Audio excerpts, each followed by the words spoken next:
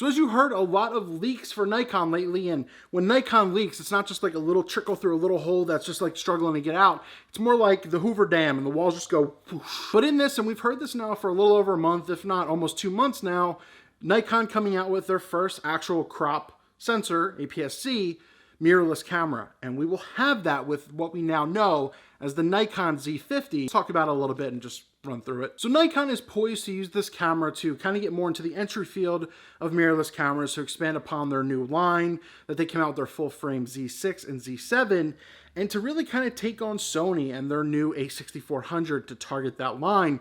And it's being known and said that Sony really Nikon wanted to really kind of target the vlogger market as well.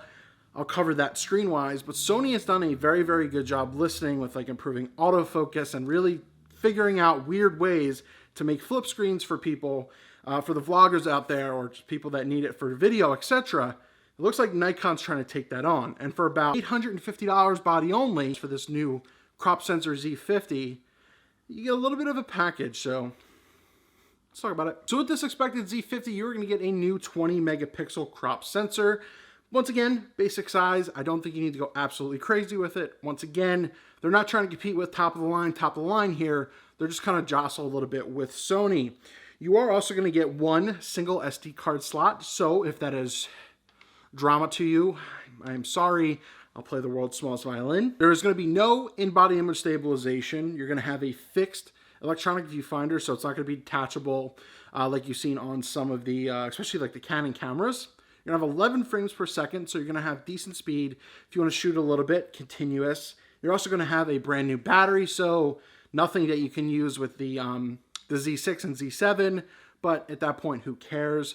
We'll talk about the body in a second. You will also have 4K video. It will be uncropped video, so that is a very, very huge move for Nikon to do that. I mean, Canon's just starting to do that as well, so Nikon to be in there as well is very, very good. But like I said, we'll have to see the frame rates to see how it stacks up to what Sony is even doing, you know, in 2019. Cover the full body in a second, but the big thing right here, and that's pretty much what everyone wants to know, is if this is targeting vloggers and YouTubers and whatever, content creators, what is the back screen? It is a 3-inch touchscreen. It will flip straight down. In a terrible decision, Nikon has one of the worst flawed disc-like designs that the Canon M5 had, where the only thing it does is it flips straight down. So like if you have the camera right in front of you, you flip the screen down and the screen's facing you at the bottom. So can't use it on tripods, can't really use it on selfie sticks or whatever you're using. So I don't know why they chose that route.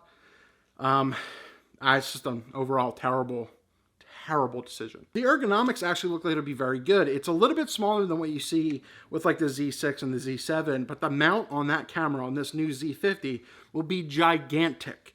Not that that really matters. You're going to have a lot of space for your hand, you know, in between the lens. You know, Sony suffered a little bit of that problem with their first couple bodies, you know, even into like the A9. But you're going to have a lot of room there. Ergonomics are going to be good. And what I do like on the front, there will be a, you know, your function 1 and function 2 buttons, basically right where you have your hand, so they'll be easy to access. So if you want to maybe shift ISO quicker or something like that, you know, set it to whatever you need, and it's actually in a very, very good place. You don't have to go hunting for it on the back of the camera. But I will also say the camera, besides the very, very stupid screen, it's pretty minimal for what it is too, so there's not a lot of clutter. And that I do respect from a design point. It's a very more simplistic design, except the mount just looks gigantic, but that doesn't really, you know, include anything. So we will see. If no one can really judge if that's worth $850 or not. The specs don't absolutely blow me away whatsoever. Like I said, the screen design is absolutely terrible.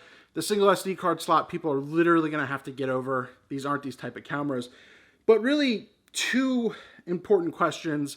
One, we've already kind of answered. Are they really targeting against Sony? Yeah, I think it's almost a direct correlation. I don't think they see Canon as a threat in this range right now, because Canon still, you know, just came out like the 90D and stuff like that.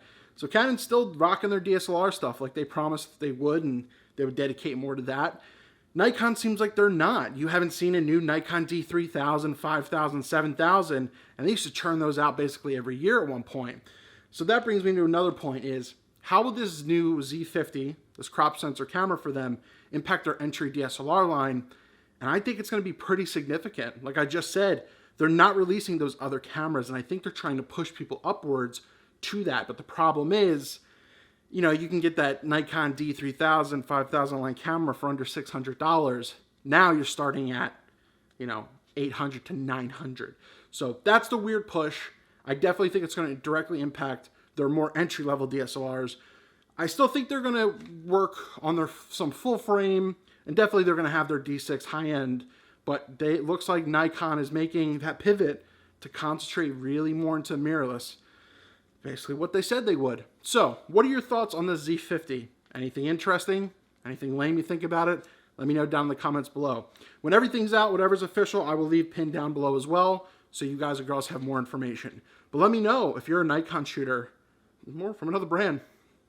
Would you contemplate something like this? They're also coming out with 2 new mirrorless lenses as well for the mounts. So, let me know. Z50, we'll see, and hopefully at Photo Plus, which I may or may not go to this year, maybe it's there and I'll get a quick on hands-on. Other than that, that's what we know.